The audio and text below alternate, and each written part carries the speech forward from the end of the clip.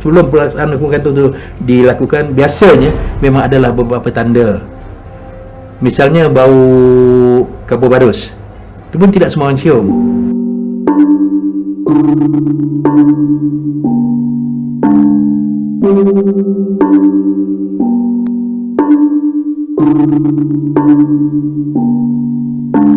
Penjara Pudu dibina di atas tapak lama perkuburan Cina.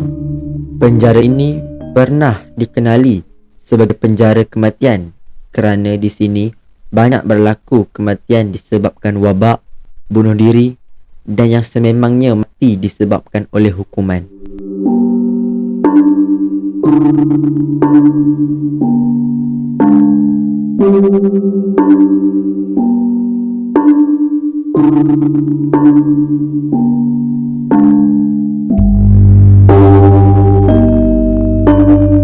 Ini adalah bilik akhir di penjara Pudu.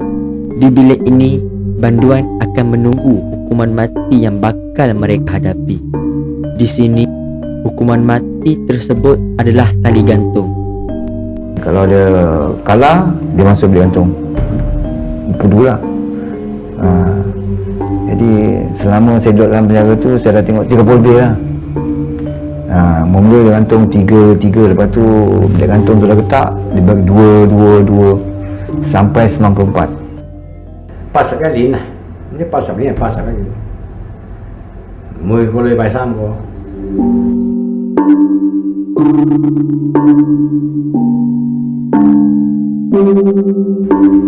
聽得多麻木噶嘛，係，因為我哋喺入邊，我諗法另外一種噶喎，另外一邊啫嘛，人生始終一死噶嘛，係，咁你今日你犯咗罪，你入到嚟呢度。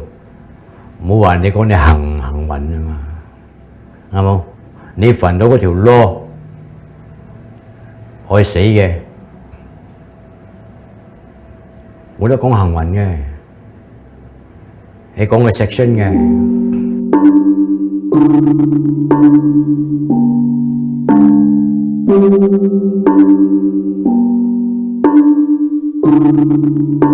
Ini adalah tali yang digunakan untuk menggantung. Ianya ditempah khas dan hanya boleh digunakan 3 kali sahaja. Selepas itu, ia akan dibuang dan diganti dengan yang baru.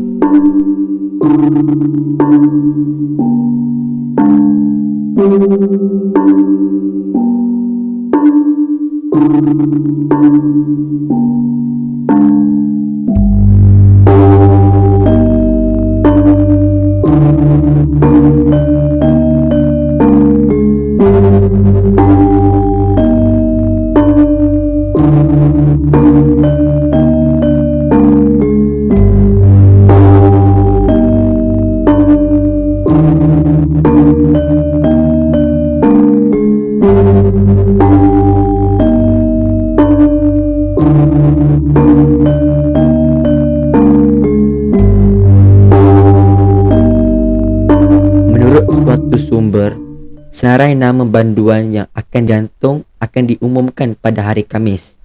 Jadi, hari Rabu adalah hari yang begitu mendebarkan bagi mereka.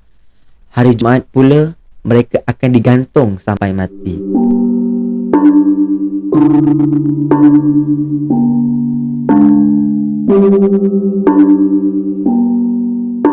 Mereka hanya mula gelisah pada hari Rabu. Kita tahu kenapa? Sebab hari Khamis adalah hari pengisytiharan hukuman akan dibaca. Artinya kalau hari Khamis itu ada panggilan, berarti panggilan itu untuk menentukan yang akan digantung pada hari Jumaat.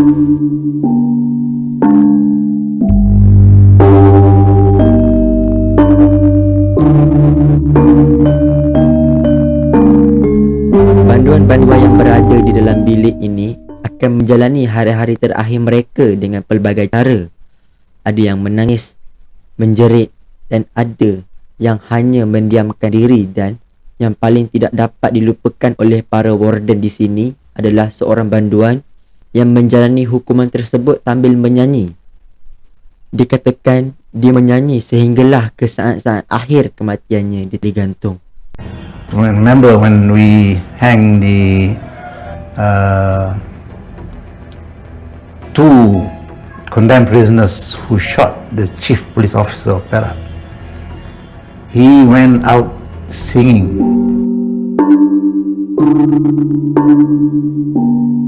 呢個有時嗰啲緊東，比你緊東啊，嗰啲人唱歌啊、打鑼鼓都唔停嘅。即係到我吊人嘅時候，每一日我吊人嘅時候，即係每一個禮拜我吊人嘅時候，嗰度唱歌唱到唔停噶啦。Ramai dia menyanyi tu. Sampai mereka dengar kalau dia nak gantung dia menyanyi. Nyanyi, semua orang menyanyi lah. Put a noose around his neck. He was still singing, and he went down singing. So I think that singing gives him the courage.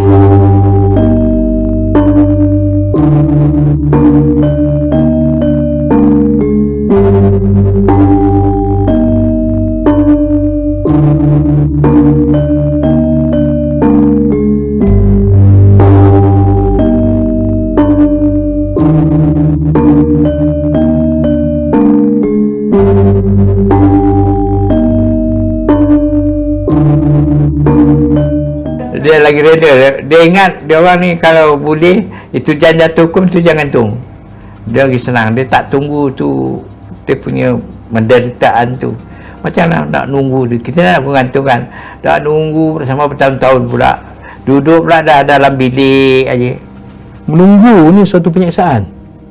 So kalau dah laksana hukuman pada dia, itu adalah lebih baik pada dia daripada menunggu berminggu-minggu, berbulan-bulan, bertahun-tahun. Dan ini boleh menyebabkan dia gila kalau tak dibantu.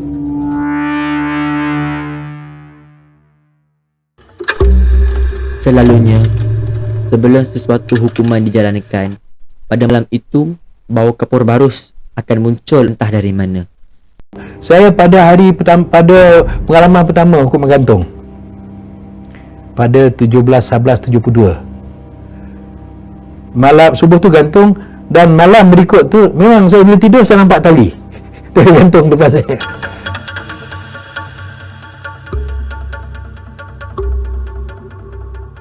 Sebelum pelaksanaan hukuman gantung tu dilakukan, biasanya memang adalah beberapa tanda. Misalnya bau kapur barus, itu pun tidak semua orang cium. Selalunya pegawai yang jaga malam tercium ada semacam bau kapur barus. Itu kapur barus biasa digunakan untuk mandikan mayat.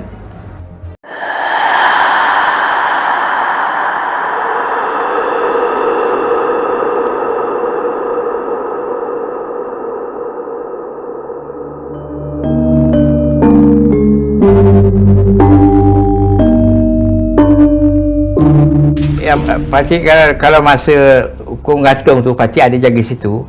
Pasti sampailah gantung tu. Tolong ni orang yang tukang gantung ni, dia pukul 6 dah sampai lah. Dah sampai dia nak gantung orang tu kan. Belakang nak pasang gari orang tu. Kadang tu ada yang melawan.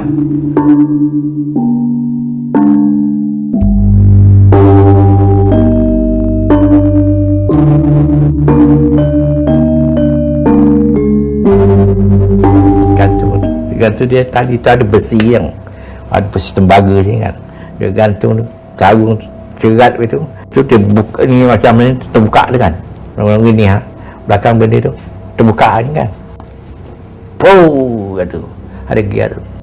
Selesai digantung, banduan yang tidak bernyawa itu akan mengeluarkan satu bunyi apabila tali di leher mereka dilepaskan. Turun tu buka lah apa jerat kepala tu, buka. Tu juga betul kadang-kadang tu kalau orang tak biasa peranjat, dia buka tu dia berbunyi tau, angin keluar, dia dah kena tu muka ni hitam dan babak. Bunyi yang menakutkan itu seperti satu jeritan dari tempat pergantungan tersebut. Jeritan penuh kesengsaraan yang dapat menginsafkan sesiapa sahaja yang mendengarnya. Ia juga umpama suatu amaran bagi banduan-banduan di situ terhadap hukuman yang begitu menakutkan itu.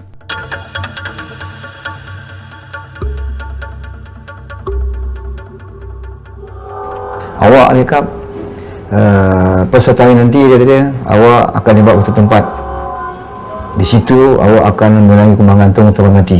Di situ baru kita rasa lah, kita terasa lah dia sejuk ke, kepanasan dia, baru kita rasa dalam mahkamah tinggi tu.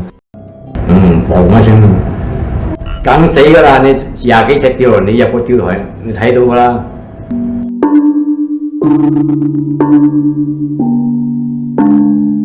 Dikatakan bahawa roh-roh yang berada di sekitarnya tidak pernah tenteram. Terdapat pelbagai kisah seram yang telah diceritakan berkenaan penjara ini.